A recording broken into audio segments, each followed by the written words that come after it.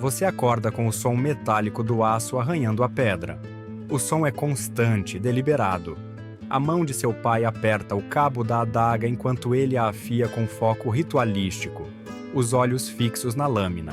Do outro lado do cômodo, sua mãe se agacha perto da lareira, os dedos enredados em um rosário gasto, os lábios se movendo em orações silenciosas. A fumaça do fogo moribundo gruda no ar como tristeza pesada e acre. A fresta estreita da janela permite que a luz pálida da manhã ilumine o chão, destacando a barra do seu vestido. Seda azul tingida com índigo precioso, costurada pelas mãos cansadas de sua mãe. Ele pende como um sudário, pendurado em um prego de madeira na parede. Hoje é o dia do seu casamento. Você tem 12 anos. O vestido custou à sua família quase 3 meses de estoque de grãos. Não é um luxo, é um sacrifício, um símbolo da esperança ou desespero da sua família. Mas para você, parece um uniforme para uma execução. Quando o viu pela primeira vez, estendeu a mão para tocar o tecido, maravilhada com sua maciez. Agora ele te arrepia. Esse vestido marca o fim do seu nome, das suas escolhas, da sua infância. Ninguém pergunta se você está pronta. Essa não é uma pergunta feita a uma filha neste mundo. Em poucas horas você será conduzida por uma trilha de terra, pela sua aldeia, rumo a uma vida que não escolheu. Você ficará ao lado de um homem 4 vezes mais velho, um estranho, e se tornará sua esposa perante a lei, a terra e Deus. Mas não do jeito que você um dia imaginou, observando as meninas da aldeia trançarem flores no cabelo e sussurrarem histórias de amor. Esta não é uma história de corações entrelaçados. Não há poesia, nem romance. É um contrato, uma transação, uma aliança política selada com seu corpo. Você não é a noiva. Você é o dote. Sua mãe lhe advertiu ontem à noite num sussurro trêmulo na escuridão. Você deve ser como a água, meu cisne, moldar-se ao recipiente. Não resista. Ela sabe. Viveu essa vida por 16 anos. Casou-se aos 13, silenciada, esvaziada, obediente. Sentada em silêncio, as mãos no colo, você ouve novamente o som da lâmina contra a pedra. Agora você entende. Esse som não é de proteção, é de preparação. É o som de um futuro sendo esculpido, onde você nunca mais pertencerá a si mesma. O que te espera não é um casamento como nos contos, mas um pacto moldado pela necessidade. No mundo que você habita, o amor não é requisito nem esperança. O casamento é sobrevivência, uma aliança de terras, nomes e sangue, um meio pelo qual famílias ascendem ou caem. Mulheres são negociadas e linhagens são preservadas. Neste tempo, seu corpo é uma contabilidade, um cálculo de ativos. Você nunca falou com seu futuro marido, e isso não é incomum.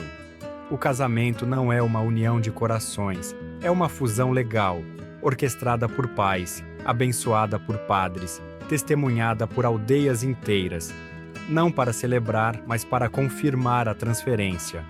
Eles devem ver a união, devem lembrar, devem poder jurar, se necessário, que você foi levada, publicamente, claramente, sem hesitação, para que nenhum questionamento futuro possa desfazer o que está prestes a acontecer.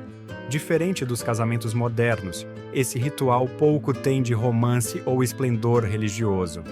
O papel da igreja se resume a uma bênção na porta da capela, um gesto simbólico e vazio. O verdadeiro poder não está no sacerdote, mas nos homens que apertam as mãos sobre o seu destino. Antes de continuarmos com essa realidade vivida, pausemos. Se esses fragmentos de verdades esquecidas despertam algo em você, se a dor silenciosa de vidas apagadas da história te toca, convido você a permanecer, a caminhar por essa estrada antiga, a ouvir não como espectador, mas como testemunha. Inscreva-se neste canal para descobrir mais histórias enterradas sob as páginas da História Oficial. Deixe um comentário, diga de onde está ouvindo, o que te tocou, porque ao atravessarmos séculos, resgatamos não só narrativas, mas vozes. O que você está prestes a ouvir não é um conto criado para chocar, é um retrato da sobrevivência, Um estudo de um sistema tão completo, tão inflexível, que milhões de mulheres viveram e morreram dentro dele sem jamais serem perguntadas sobre o que queriam. O contrato de casamento repousa aberto sobre a mesa de madeira como uma sentença de exílio, iluminado apenas pela luz trêmula das velas. A tinta latina sangra pelo pergaminho, cada palavra carregada com séculos de tradição e controle. Você não consegue ler, mas o significado está gravado em seu destino. Sir Geoffrey de Montfort, 43 anos, recentemente viúvo, senhor de 3 feudos e dono de 200 almas, procura uma nova esposa. Seu título, terras e linhagem são sua moeda. Em troca, seu pai oferece você, Lady Matilda, 11 anos, filha de Sir William de Clare, com um dote de 50 marcos de prata e uma linhagem ligada ao rei Eduardo. O acordo levou 3 dias para ser finalizado, não por complexidade nas condições, mas porque seu pai se recusou a fechar rapidamente. Você é seu bem mais valioso, jovem o suficiente para ser moldada, fértil o bastante para gerar herdeiros logo, nobre o suficiente para elevar sua casa. O luto do seu futuro marido, se existiu, há muito virou pedra. Sua primeira esposa morreu no parto aos 15, o corpo destruído por um papel que nunca escolheu. Sua juventude não o incomoda. É exatamente o que ele quer. Você nunca o viu, nunca pronunciou seu nome. Isso não importa. Sua adequação foi calculada com base na fertilidade, no status e na obediência. Neste mundo, filhas não são preparadas para o casamento. Elas são criadas como moeda. A negociação de seu pai não é por amor ou segurança, é economia. Na Europa medieval, casamento é mercado e mulheres são a mercadoria. Acordos são firmados quando as meninas ainda estão nos coeiros. A igreja, mais tarde, abençoará essas uniões, adornando-as com o idioma da santidade. Mas aqui, agora, ela pouco interfere. Mesmo a igreja vê o casamento como um mal necessário, uma maneira de canalizar o desejo para algo útil.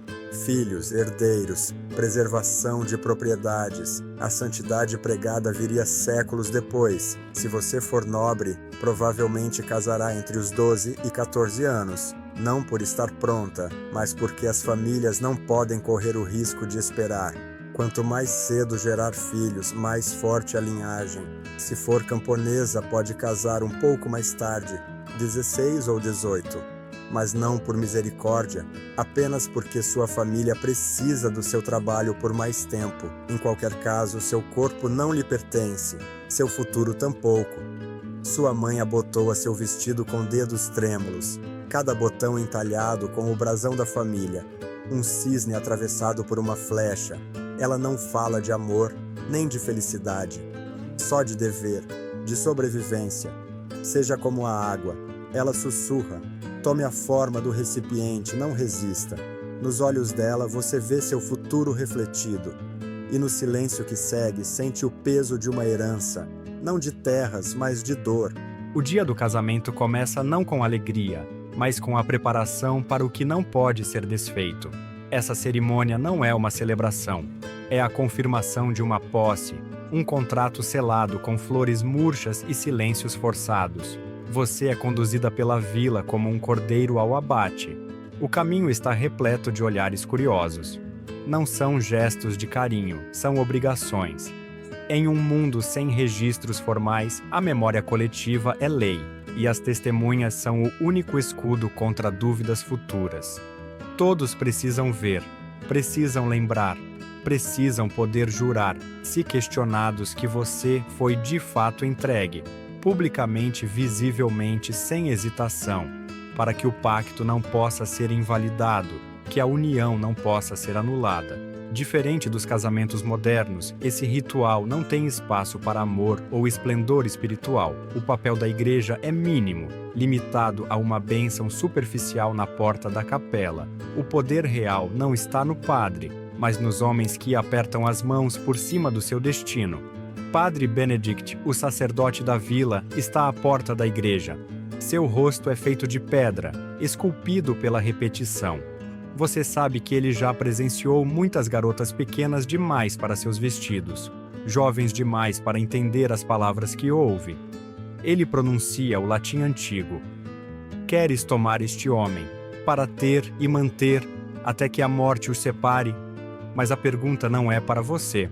O consentimento neste mundo pertence ao seu pai. Você é uma criança, e crianças não consentem, nem legal nem moralmente. Mas isso não importa aqui. A lei não vê seu coração, apenas seu útero. Você sussurra, eu quero, não porque compreende, mas porque é o que se espera. O vento quase engole sua voz. Sir Geoffrey dá um passo à frente, avaliando você como quem examina um animal jovem. O anel que ele desliza no seu dedo não é de ouro, é de ferro, mais barato, mais pesado, mais simbólico. O ferro não dobra, o ferro prende, o ferro permanece. Depois vem o banquete. A grande sala se enche de carne assada, pão branco e canecos de cerveja. Os brindes não são para você, mas para a fertilidade, para a continuidade da linhagem, para o sucesso da transação.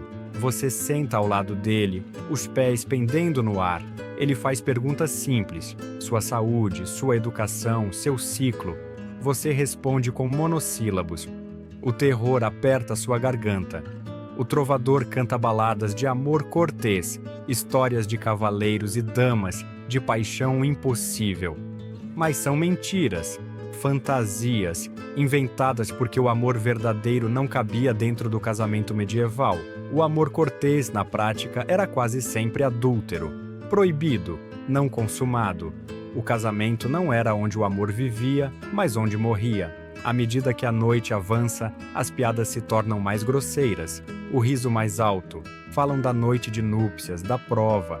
Sua mãe se aproxima. Os olhos dela estão pálidos de medo. Venha, ela sussurra. É hora.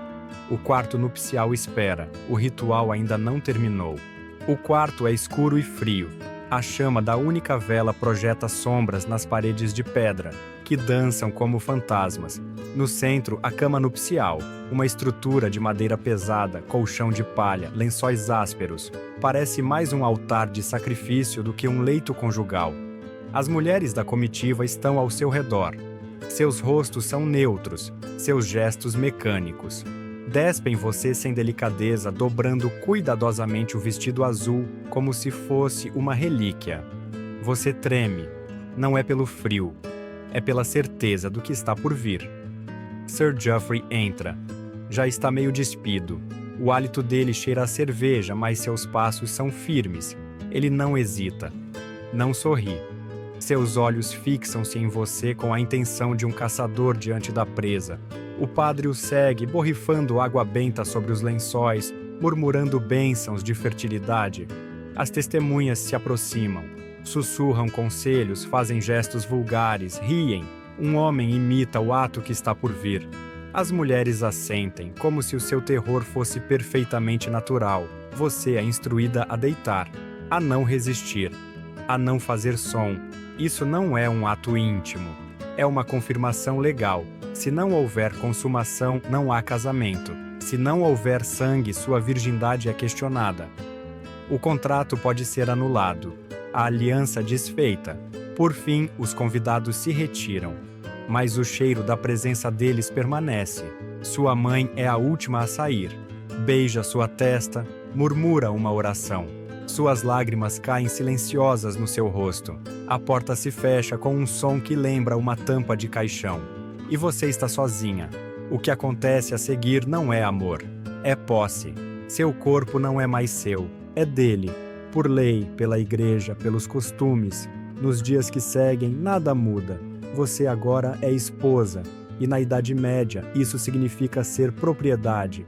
Você não pode possuir terras, não pode assinar contratos, não pode testemunhar em tribunal, nem sair de casa sem permissão. Pela doutrina da coverture, você é legalmente absorvida pela identidade do marido. Você deixa de existir como pessoa independente. Seu marido lhe dá ordens como um senhor de escravos. Você deve comandar a casa, supervisionar os servos, receber visitantes e, acima de tudo, gerar filhos. Ele dita seus horários, suas roupas, até suas orações. O capelão da casa vigia sua fé e relata qualquer desvio ao seu marido. Não há privacidade, nem mesmo nos pensamentos. Todos os dias começam antes do amanhecer. Você reza, trabalha, costura, vigia. Todas as noites terminam da mesma forma, na cama do seu marido, queira você ou não. Recusar não é uma opção. Não existe a palavra estupro dentro do casamento. O que é dele não pode ser roubado. Você aprende a dobrar-se em silêncio, a se tornar a água que sua mãe mandou ser. Sem forma, sem voz, infinitamente contida. A primeira gravidez chega rápido. Você mal completou 14 anos quando seu ventre começa a crescer, seu corpo se transformando com um peso que você ainda não entende. Não há celebração, apenas expectativa. Esse é o seu papel. É por isso que você foi comprada. A medicina medieval sabe quase nada sobre o corpo feminino. Não há médicos de verdade, nem conhecimento sobre infecção, nem cuidados com o desenvolvimento físico de uma menina. Apenas rezas, amuletos e poções amargas feitas de raízes secas. Sua parteira, Agnes, é uma senhora de mãos ásperas e olhos cansados.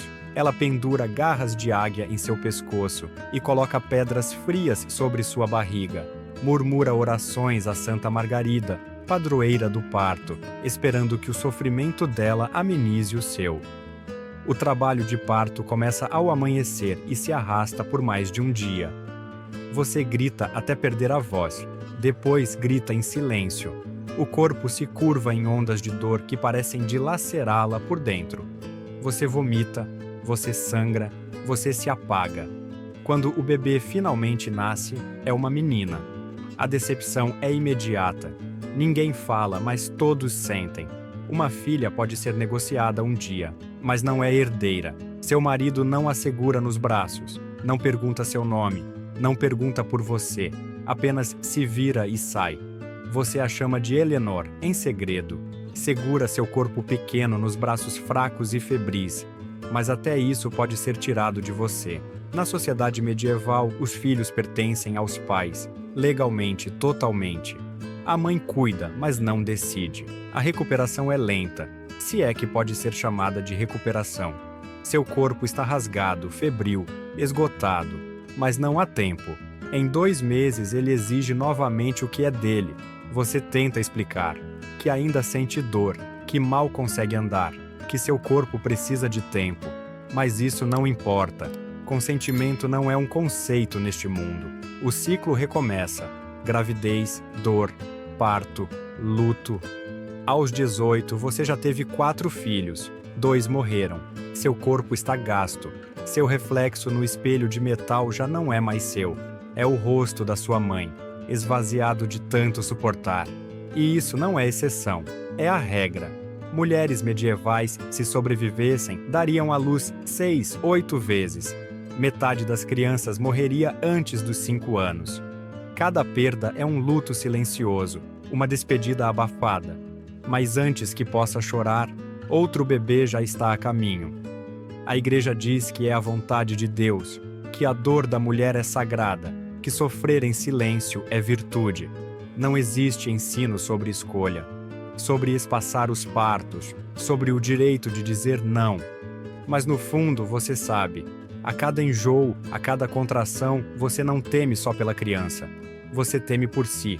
E sabe, em seu íntimo, que se morrer, no leito ou no parto, sua ausência será sentida por pouco tempo e logo substituída. Seu corpo virou um campo de batalha, não só contra os partos, mas contra o controle. Os humores de seu marido são tempestades imprevisíveis. Quando está insatisfeito, se a comida atrasa, se você fala baixo demais, se você demora a engravidar, sua mão se levanta. E você já não se assusta, apenas espera. Não há lei que a proteja. A sociedade medieval não reconhece o direito da esposa à segurança. Pelo contrário, ela concede ao marido o direito de corrigir a esposa com violência, desde que não excessiva. Mas quem define o que é excessivo não são os hematomas, nem os ossos trincados. É ele, sempre ele. A chamada regra do polegar permite que ele bata com um galho, contanto que não seja mais grosso do que o próprio polegar. Mas ninguém mede, ninguém se importa. Os servos fingem não ver. Baixam os olhos quando você passa com o rosto inchado, os ombros rígidos. Sussurram atrás das portas, mas não dizem nada. Eles já viram isso antes. E verão de novo. Você está sozinha, completamente. As outras mulheres da nobreza não são amigas, são rivais. As palavras delas são suaves como veludo, mas afiadas como faca. Seus gestos dependem de alianças, não de afeto. Você aprende a manter os olhos no chão, a voz baixa, os passos curtos. Qualquer erro pode trazer punição. Nem na maternidade há consolo. Esperam que você ame seus filhos, mas não demais. Que os cuide, mas não os proteja. Eles não são seus, são dele. Aos 7 anos eles são levados, enviados a outros feudos para servir, treinar, aprender. Você pode chorar, mas só em silêncio. A capela não oferece refúgio. Você confessa pecados, mas seu sofrimento não está entre eles. O padre pergunta: você tem sido obediente? Você satisfaz seu marido? Tem mantido pureza no corpo e nos pensamentos? Você não conta sobre as noites de medo, sobre as vezes em que implorou. Porque aqui dor não é pecado, é destino. A igreja ensina que você é filha de Eva, e Eva pecou. Portanto, você deve suportar. Sempre que ousa imaginar outro caminho, é lembrada. Isso é a vontade de Deus. Uma mulher deve curvar-se, submeter-se, silenciar. Desejar o contrário é perigoso, é rebeldia. Então você enterra esses desejos. Fundo, fala menos, espera menos. E com o tempo até sua voz interior silencia. Esse silêncio não é paz, é apagamento, é o que o mundo espera de você. Ele morre, enfim, não por doença ou idade, mas por acidente, lançado do cavalo e esmagado pela própria montaria. O corpo de Sir Geoffrey retorna enrolado em lã e silêncio, o rosto pálido e imóvel, as mãos cruzadas sobre o peito onde antes explodiam os gritos. Você veste preto. Mas não chora, não grita, não sente nada. Com 32 anos, você é viúva. Mas isso não é liberdade, é outra forma de perigo. Você não herda nada. As terras, o título, os bens, tudo vai para o filho mais velho ou retorna ao suzerano. Você permanece na casa que administrou por 20 anos apenas enquanto for conveniente ao novo senhor. E ele decide que não é. O irmão de seu falecido marido não perde tempo. Em poucas semanas surgem pretendentes, homens com olhos frios e sorrisos calculados. Uma viúva, mesmo marcada por partos e luto, ainda tem valor. Você provou ser fértil, ainda pode gerar. Você é negociada novamente. Desta vez com menos dote, menos juventude, mas a transação continua. Seu novo marido é Sir Richard de Eyre, mais velho, mais cruel, mais rico. Seus filhos já são adultos. Ele não quer amor. Quer uma governanta e uma mulher para a cama. O casamento é breve. A ceia modesta. A cerimônia seca. Você é levada como mercadoria para outra fortaleza. E o ciclo recomeça. Mas desta vez é pior. Sir Richard não bate por raiva. Ele bate por prazer. Sua crueldade é meticulosa. Força você a atos humilhantes. Ri do seu medo. Pede obediência com uma mão e impõe dor com a outra. Seus filhos do primeiro casamento são dispersos, enviados a outras casas, conventos, castelos. Você os vê raramente, com permissão. Eleanor, agora com 11, escreve cartas em latim trêmulo. Fala de medo. Você reconhece os sinais. Você engravida de novo aos 35, uma idade avançada, embora ninguém diga isso em voz alta. Seu corpo resiste. Você sangra, vomita, desmaia. O parto dura 3 dias. Você quase morre. A criança nasce fraca. Um menino. Vive por poucas horas. Sir Richard reage com fúria, não tristeza. Fúria. Ele culpa você. Bate em você. Costelas quebradas, hemorragia, febre. Seu corpo não se recupera. Você para de menstruar. Não pela idade, mas pela destruição. Mas o fim da fertilidade não traz paz, apenas um novo tipo de desprezo. Você agora é inútil, um campo seco. uma ferramenta quebrada. Ele traz uma amante jovem para casa. 15 anos, olhos arregalados. Ela senta à sua frente e evita seu olhar. Mas quando encara, vê o que a espera. Você quer avisá-la, mas não pode. Agora você é a governanta, a relíquia, o aviso. Você não fala, você aguenta. E numa noite qualquer, aos 38, você morre, silenciosamente. Não de espada, não de veneno, mas de tudo, de tudo. Você se vai, e o mundo que deixou para trás não para. Não há estátua, não há poema, nenhuma menção além do registro simples de sua morte. Você é enterrada atrás da capela, envolta em linho, seu nome pronunciado uma última vez na missa antes de desaparecer. Seu marido, agora viúvo pela segunda vez, recebe as condolências formais e, em silêncio, inicia as negociações para uma terceira esposa, uma menina de 13 anos. O ciclo continua e continuará. Mas o que resta de você? Não seu corpo, nem seu nome, nem sua história. O que permanece é o silêncio, a resistência quieta de uma vida que nunca foi realmente vivida. Os pequenos gestos, as canções de ninar sussurradas à sua filha, o modo como você segurava sua mão quando ela chorava, as ervas que ensinou aos criados, a bainha que remendou, a palavra suave dita à criada assustada na véspera do casamento. Esses são os rastros que ficam, não nos livros, mas nos espaços entre eles. Você sobreviveu por décadas em um mundo que jamais reconheceu sua humanidade. Foi quebrada várias vezes e reconstruída não com esperança, mas com resignação. Amou seus filhos com uma força que ninguém via, mesmo quando eles lhe foram arrancados, mesmo quando disseram que não eram seus. Sonhou um dia, embora logo tenha aprendido a não falar desses sonhos. Você imaginou fuga, mas o caminho sempre estava trancado. O espelho atraiu, os hematomas a moldaram.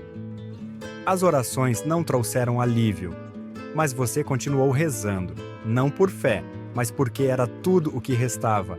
Agora é sua filha quem ocupa seu lugar. Eleanor, quase 12 anos, os olhos fixos, o corpo imóvel.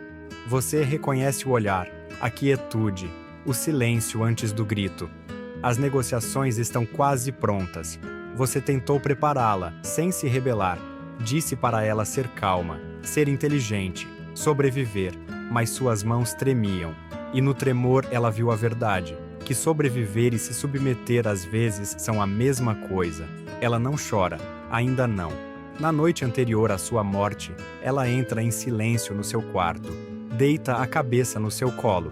Você acaricia os cabelos dela e conta a história do cisne atravessado pela flecha, o brasão da família que ela também usará, e pede que ela viva de algum modo diferente.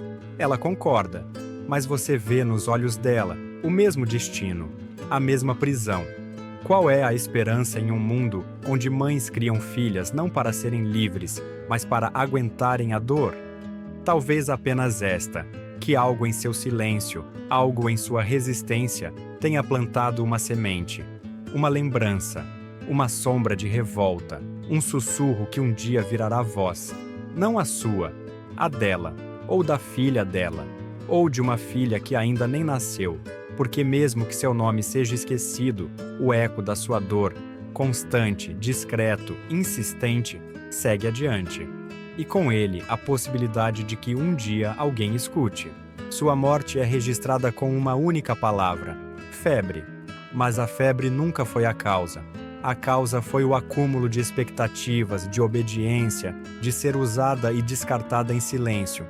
A causa foi o próprio mundo, a forma como foi construído, a maneira como se alimentava da vida das mulheres e chamava isso de ordem. Você não foi a única. Foi uma entre milhões, sem nome, sem história, sem memória. O mundo medieval não foi um acidente. Foi um sistema calculado, mantido para garantir o domínio masculino, na política, na lei, na religião, e ele funcionou. Não porque era justo, mas porque era total. O casamento era sua pedra fundamental. O dote, as leis de couverture, os dogmas religiosos, todos trabalhavam juntos para transformar mulheres em propriedade. A igreja dizia que o sofrimento era sagrado, a lei exigia obediência. A economia precisava de úteros férteis, e a comunidade observava em silêncio e consentia. Era uma máquina perfeita, e devorava mulheres por inteiro. Mas você, mesmo consumida, não desapareceu por completo, porque o eco do seu último suspiro, ofegante naquele quarto gelado de pedra, ainda viaja. Porque mesmo que sua história tenha sido enterrada, a forma do seu silêncio ainda paira nos espaços que a história esqueceu. Muita gente hoje pergunta como tamanha crueldade foi tolerada. A resposta é simples: não era vista como crueldade, era vista como natural, correta, necessária. O sofrimento feminino não era uma falha, era o preço da estabilidade. E embora as leis tenham mudado, os ecos ainda estão aqui. Hoje não há mais cerimônias públicas de consumação, mas meninas ainda aprendem a suportar. Mulheres não são mais propriedade legal, mas continuam arcando com o peso da criação, do cuidado, da renúncia. As expectativas mudaram de forma, mas não desapareceram. E talvez por isso sua história importe. Não porque foi rara, mas porque foi regra. Não porque foi cruel demais, mas porque foi comum demais. E se olharmos bem, ainda vemos seus traços. No salário desigual, na maternidade solitária, na violência doméstica disfarçada de dever, no silêncio que ainda confundimos com paz. O sistema não se chama mais medieval, mas continua respirando. Você não nasceu para ser esposa, foi moldada para isso, forjada em aço, medo e submissão. E agora, quando sua história se encerra em silêncio, o círculo volta ao início. Você tem 12 anos novamente na luz fria da manhã. A lâmina do seu pai canta na pedra. Os dedos da sua mãe deslizam nas contas do rosário. Mas acima do vento, entre uma afiação e outra, algo muda. Já não é uma prece de rendição. É um sussurro de resistência. Uma promessa de que um dia alguém dirá seu nome e o mundo finalmente vai escutar.